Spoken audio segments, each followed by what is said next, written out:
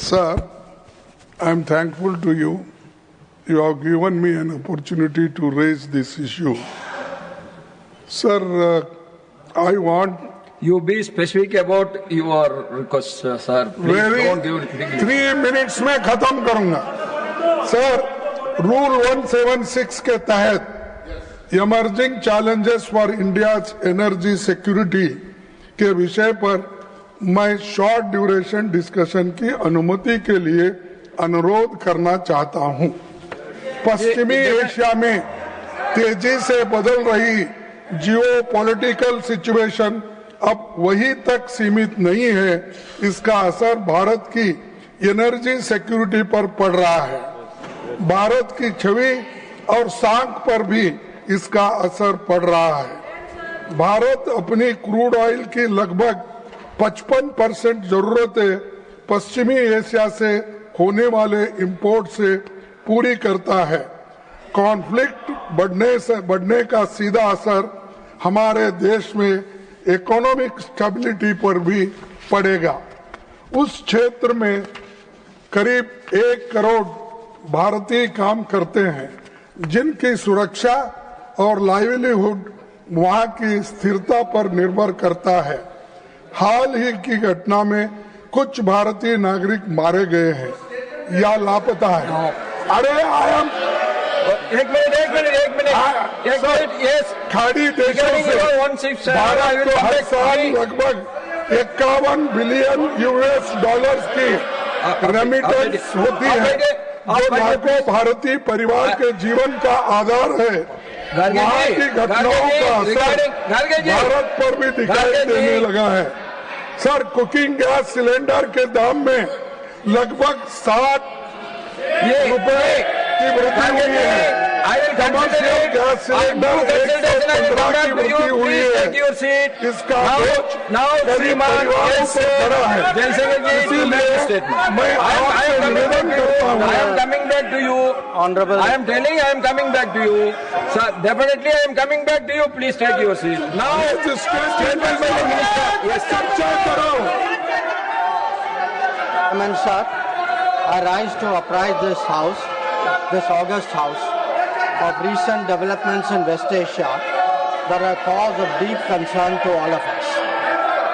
Nothing will go on record except the minister's statement. As honourable members are aware, this round of conflict started on 28 February 2026. It has witnessed not only fighting between Israel and the United States on one side and Iran on the other, but also attacks on a number of Gulf states. There have been numerous casualties, including at the leadership level in Iran, as well Nothing will go on record except the minister's statement. as well as destruction of infrastructure in the region. At the very outset, government had issued a statement on 28 February expressing its deep concern and urging all sides to exercise restraint, avoid escalation and prioritize the safety of civilians. We believe, and we continue to believe, that dialogue and diplomacy should be pursued to de-escalate tensions and address underlying issues. Sir, it is also imperative that the sovereignty and territorial integrity of all states in the region be respected. Given the gravity of the situation, the Cabinet Committee of Security, CCS, met on 1 March under the chairmanship of the Honorable Prime Minister. It was briefed on the airstrikes in Iran and the subsequent attacks in several Gulf countries. The CCS was concerned over the safety and security of the Indian community in the region. It also focused on the implications for regional security and for economic and commercial activities. The committee was apprised of difficulties faced by Indian travelers transiting the region and by students appearing for scheduled examinations in these countries. It directed all concerned ministries and departments to take appropriate measures to respond to these problems. Honorable Prime Minister continues to closely monitor emerging developments and relevant ministries are coordinating to ensure effective responses. Sir, the conflict has continued to intensify and the security situation in the region has deteriorated significantly. We have noted that, in fact, the conflict has spread to other nations with mounting destruction and deaths. Normal life and economic activities in the entire region are visibly affected. In expressing our sorrow at the loss of lives. Honorable Chairman, sir, while any development that negatively impacts peace and security in the world is deeply troubling, this ongoing conflict is an issue of particular concern for India. We are a neighboring region and understandably have obvious stakes that West Asia remains stable and peaceful. There are almost 1 crore Indian citizens who live and work in the Gulf nations. In Iran too, there are a few thousand Indians who are there for study or for employment. The region is key to our energy security and includes many important suppliers of oil and gas. Chairman sir, the Gulf is also a major trade partner, accounting for almost $200 billion annually. The House is also aware that in the last decade, there has been significant investment from the region into the Indian economy. Therefore, serious supply chain disruptions and climate of instability that we perceive are serious issues. Furthermore, these include attacks on merchant shipping where Indian nationals often constitute a large proportion of the crews.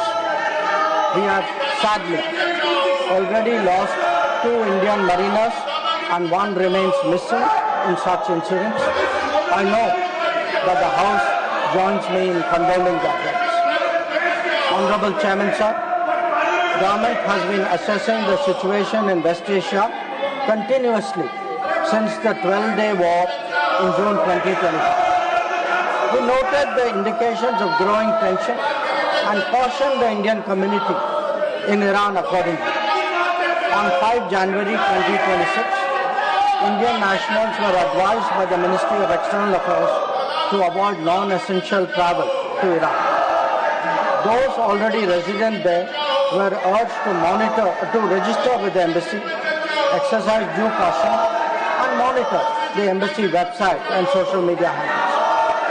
A second advisory was issued on 14 January, reiterating this advice to avoid travel in even stronger terms. The Directorate General of Shipping, Mumbai, in parallel, issued its own advisory on 14 January for Indian seafarers, asking them to follow embassy advisories and avoid unnecessary movement ashore. Recruitment and shipping companies were asked not to deploy or send Indian seafarers to Iran. Sir, reflecting our assessment of the evolving situation, the Indian Embassy in Tehran issued another advisory on 14 February urging Indian nationals, including students, pilgrims, business persons and tourists, to leave Iran by all available means of transport, including commercial flights. They were asked to contact the embassy for any assistance and provided with 24/7 helplines. This was again reiterated in strong terms through another advisory on 23 February. Some heeded these advisories and have left the country. However, many others have disregarded them and remain in Iran. We are also in touch with our fishermen who operate out of Iran. This was the situation till 28 February 2020.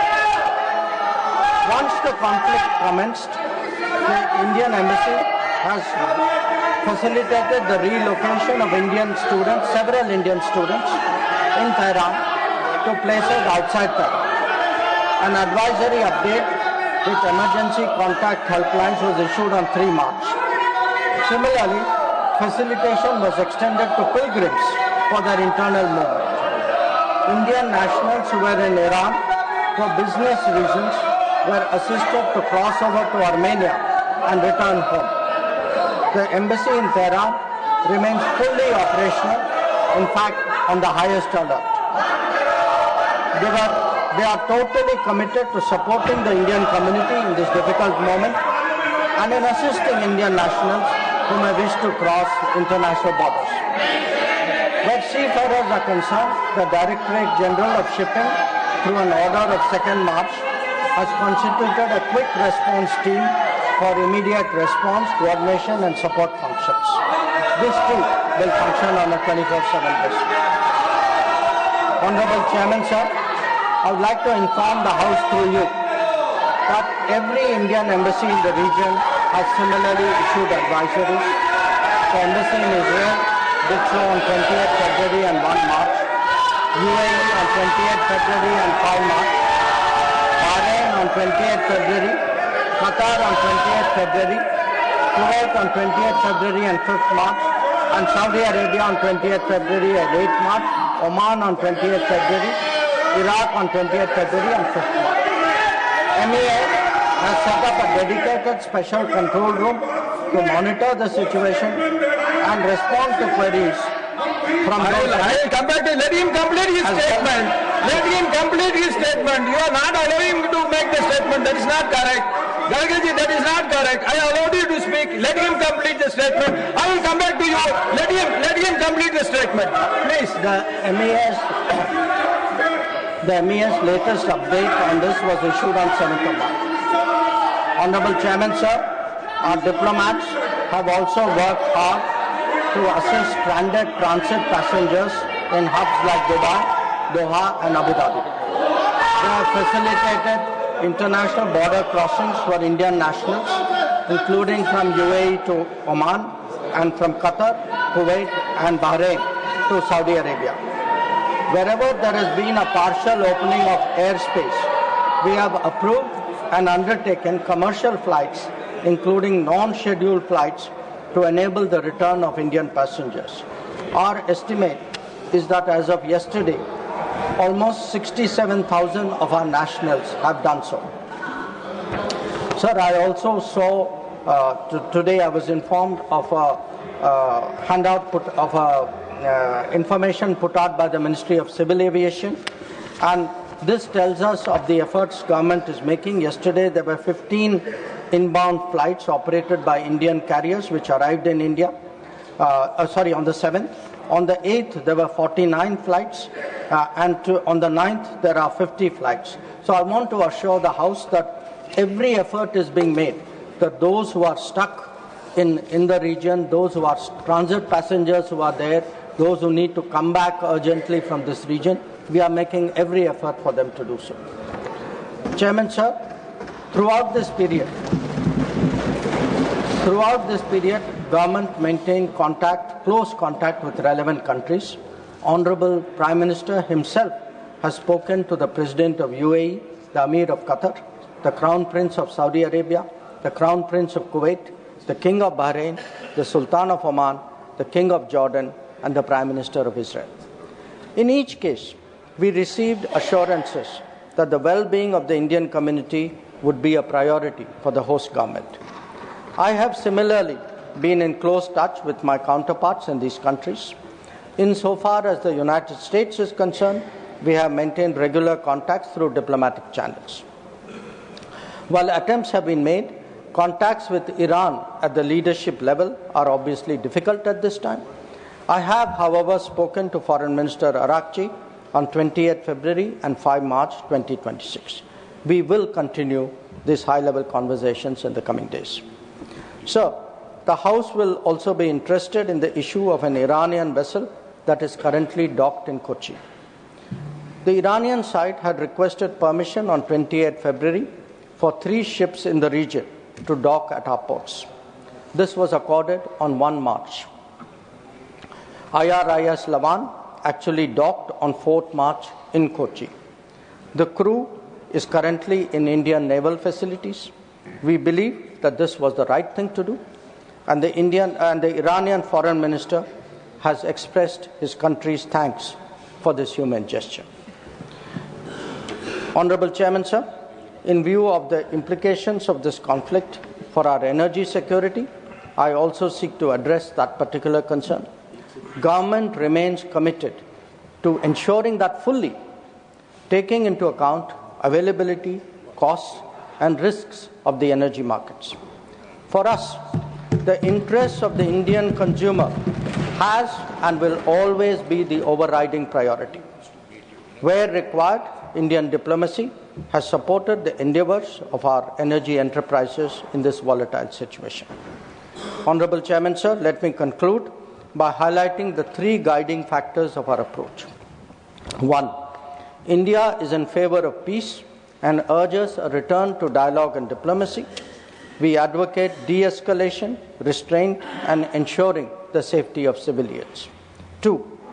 The well-being and security of the Indian community in the region is our priority. We will continue to work with the governments of the region towards that end. And 3. Our national interest, including energy security and trade flows, will always be paramount. I am confident, sir, that the government has the full support of this august House on this matter. I thank you.